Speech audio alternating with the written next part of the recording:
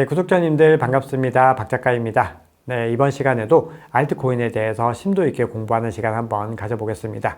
네, 참고로 이 컨텐츠들은요, 제가 운영하고 있는 오피셜 투자 클럽에서 활용했던 자료들 중에서 우리 구독자님들께서 이 정보만큼은 반드시 아시면 좋겠다라고 하는 부분들을 잘 발췌해서 설명을 드리고 있습니다. 자, 그러다 보니까 어떤 근본적인 이야기들, 펀더멘털에 대한 이야기들은 많이 전해드리지만 타이밍과 관련해서는 전해드리지 못하는 부분들을 좀 양해를 부탁드리겠습니다.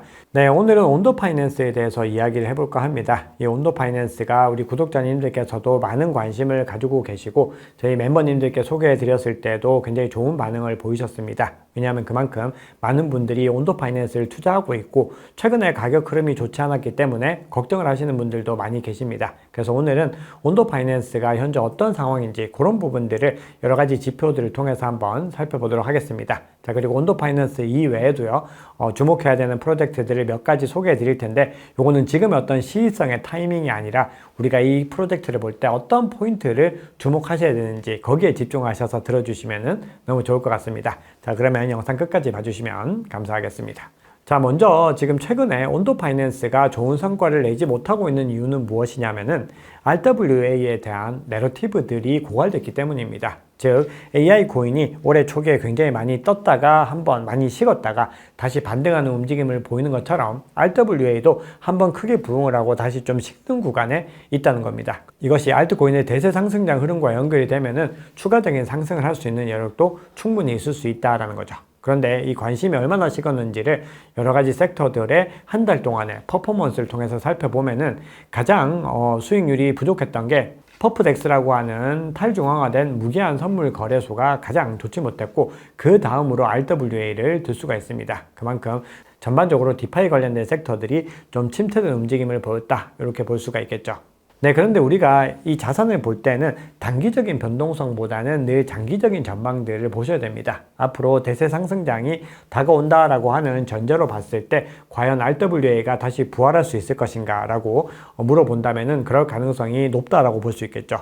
왜냐하면 RWA는 앞으로 계속해서 성장할 수밖에 없는 블록체인의 가장 핵심적인 어떤 카테고리 중에 하나이기 때문입니다. 이 블록체인이 궁극적으로 존재하는 목적과도 관계가 있는 거죠. 즉 세상에 존재하는 모든 자산을 블록체인 위에 올리는 것은 블록체인이 궁극적으로 가고자 하는 길이기 때문입니다. 그리고 지금 현재 시점에서 이 채권을 기반으로, 부동산을 기반으로, 아니면 여러 가지 어떤 사모펀드를 기반으로 해서 여러 가지 변화들, 즉 이 RWA 상품이 만들어지고 거기에 자본 유입이 일어나는 흐름들을 보시면은 계속해서 상승의 국면들을 가지고 가는 걸 볼 수 있습니다. 결국은 미 국채에 묶여있는 상품들인데 그 외에 여러 가지 섹터들을 봐도 꾸준히 우상향하는 움직임들을 보이고 있다는 겁니다. 즉 이 얘기는 늘 강조드리는 어떤 부분에 문제가 없다라는 것이죠. 바로 펀더멘탈적으로 봤을 때는 큰 문제를 가지고 있지 않다, 이렇게 볼 수가 있는 것입니다. 자, 그리고 온도 파이낸스의 TVL을 봤을 때도 꾸준히 상승하는 움직임들을 보이고 있습니다. 여기서 한 구간에서 잠깐 내려가는 구간이 있지만 꾸준히 우상향의 움직임들은 꺾이지 않고 일어나고 있는 것을 확인할 수 있습니다. 그런데 그에 반해서 이 TVL이 상승하는 것 대비로 했을 때 이 유동성과 거래량을 한번 보시면은 급격하게 꺾여가고 있는 걸 볼 수 있죠. 위에 차트에서 보라색으로 된 부분들 보시면은 계속해서 우하향을 그리고 있고 밑에 초록색으로 된 거래량을 봐도 꺾이고 있습니다. 즉 그만큼 현재 시점에서는 계속해서 어떤 생태계적인 관심이 유지가 되고 있지만 그럼에도 거래량과 유동성들이 나오지 않고 있는 상태다, 이렇게 해석을 하면 될 것 같습니다. 그리고 그 핵심적인 주체는 누구일까 라고 살펴보면은 바로 고래라는 것을 확인할 수 있습니다. 가장 큰 규모의 고래들이, 즉 온도 파이낸스를 계속해서 이끌어왔던 이 고래들이 일시적으로 지금 들어오지 않고 있는 모습들을 보이고 있다는 겁니다. 그리고 만약에 이런 고래들의 움직임들이 다시 부활하게 되는 이런 순간들에서는 가격이 반등할 수가 있는 것이죠. 그래서 결국은 시기적인 문제라고 볼 수가 있는 부분들이고요. 향후에 이런 흐름들이 어떻게 이어질지, 그리고 어떤 이 핵심적인 주체들이 어느 타이밍에 어떻게 들어오게 될지 이거를 계속해서 꾸준히 모니터링을 하시는 것이 중요합니다. 자, 그래서 온도 파이낸스 같은 경우는 제가 향후에도 계속해서 좀 깊이 있는 분석들을 보여드릴 건데요. 오늘은 전체적으로 펀더멘탈의 핵심적인 부분들만 짚어보겠습니다. 자, 그런데 우리가 펀더멘탈을 볼 때 또 중요하게 봐야 되는 게 있습니다. 최근에 상장되고 있는 코인 프로젝트들의 가장 큰 문제점을 하나만 뽑으라고 했을 때는 시장에서는 FDV라고 하는 논란들을 꼽습니다. 네, 이 개념은 완전 희석된 가치, 즉 완전 희석된 시가총액, 이런 뜻입니다. 그게 어떤 의미냐 하면은 유통량이 굉장히 적게 유통이 되는 프로젝트들 같은 경우 계속해서 락업 해제에 의해서 유통량이 더 많이 들어오게 되면은 가치가 점차 희석된다라는 의미입니다. 즉, 시가총액은 계속해서 상승하겠지만 개별 코인의 가치는 계속해서 떨어지는 현상을 의미하는 거죠. 자, 그러면 이 관점에서 봤을 때 우리가 주목해야 되는 어떤 특정 포인트, 타이밍을 살펴보자면 어떤 걸 주목해야 될까요? 네, 바로 락업 해제가 언제 일어나는지 그 부분들을 보셔야 됩니다. 그런데 온도 파이낸스 같은 경우는 1년에 한 번씩 대량으로 물량을 매도하는 움직임들을 보이게 됩니다. 그래서 그 첫 번째 락업 해제가 2025년 1월에 예정되어 있습니다. 그래서 2025년 1월을 기점으로 해서는 가격의 변동성이 또 나타날 수 있는데 장의 상황에 따라서 다르겠지만 만약에 시장의 상황이 좋지 않다라고 했을 때는 하방 변동성으로 향할 수 있는 조짐들도 염두에 두셔야 됩니다. 그래서 긴 플랜으로서 이 투자 전략을 세우실 때는 이런 것들도 같이 확인을 하셔야 되죠.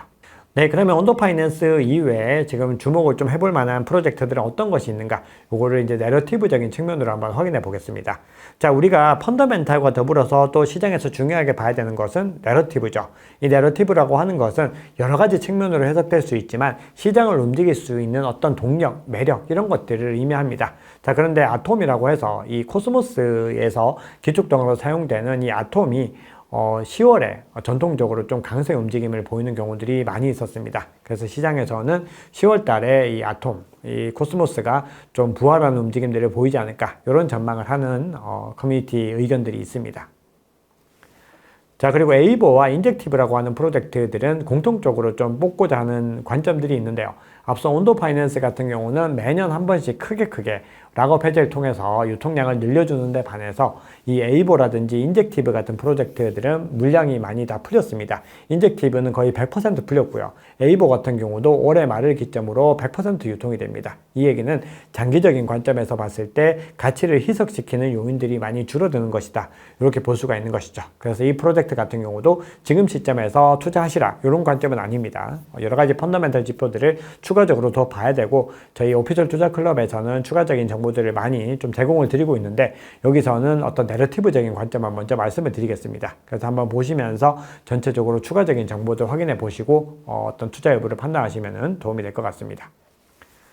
네, 그리고 아서 헤이즈라고 해서 시장에 영향을 많이 미치는 또 셀럽이 있습니다. 굉장히 뛰어난 투자자이기도 한데 이 팬들이라고 하는 프로젝트를 계속해서 모으면서 시장에서 팬들의 어떤 돌풍을 가지고 왔습니다. 근데 이번에 팬들을 많이 매도하고 에이서라고 하는 프로젝트를 많이 매집을 했습니다. 그래서 시장에서는 뭔가 아서 헤이즈의 내러티브가 또 바뀌는 움직임들을 보이고 있는데요. 이 프로젝트를 판단할 때 이 아서 헤이즈 효과에 의해서 내러티브적인 가격 변동성은 충분히 나올 수 있습니다. 하지만 그럼에도 어떤 중심을 두는 것은 무조건적으로 펀더멘털이어야 됩니다. 그래서 팬들이 만약에 펀더멘털이 계속해서 유지가 되고 있는지 에테르가 펀더멘털이 계속해서 늘어나고 있는지 이런 부분들을 투자의 관점에서 같이 고려하셔야 됩니다. 자, 마지막으로 창펑자오가 아마 영상이 나왔을 때는 출소해서 이제 집으로 돌아가 있을 것 같습니다. 창펑자오가 9월 29일을 기점으로 해서 드디어 교도소에서 출소를 해서 이제 돌아가게 되는데 창펑자오가 앞으로 바이낸스 CEO직은 본인이 완전히 내려놨다라고 했지만 여전히 이 바이낸스에 큰 영향력을 가지고 있는 데다가 이 BNB 코인의 어떤 점유율도 굉장히 많이 가지고 있습니다. 그래서 창펑자오가 출소를 하게 되면은 알트코인 생태계, 알트코인에 여러 가지 영향을 미치게 될 것이다. 이런 전망들이 나오고 있는데요.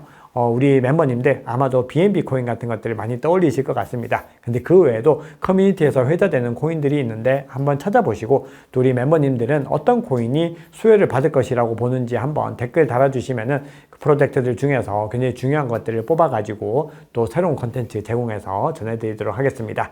네, 오늘 준비한 얘기는 여기까지입니다. 우리 구독자님들 오늘 영상이 도움이 되셨다면 구독, 좋아요, 댓글, 알림 설정 정중히 부탁드리겠습니다. 지금까지 박작가였습니다.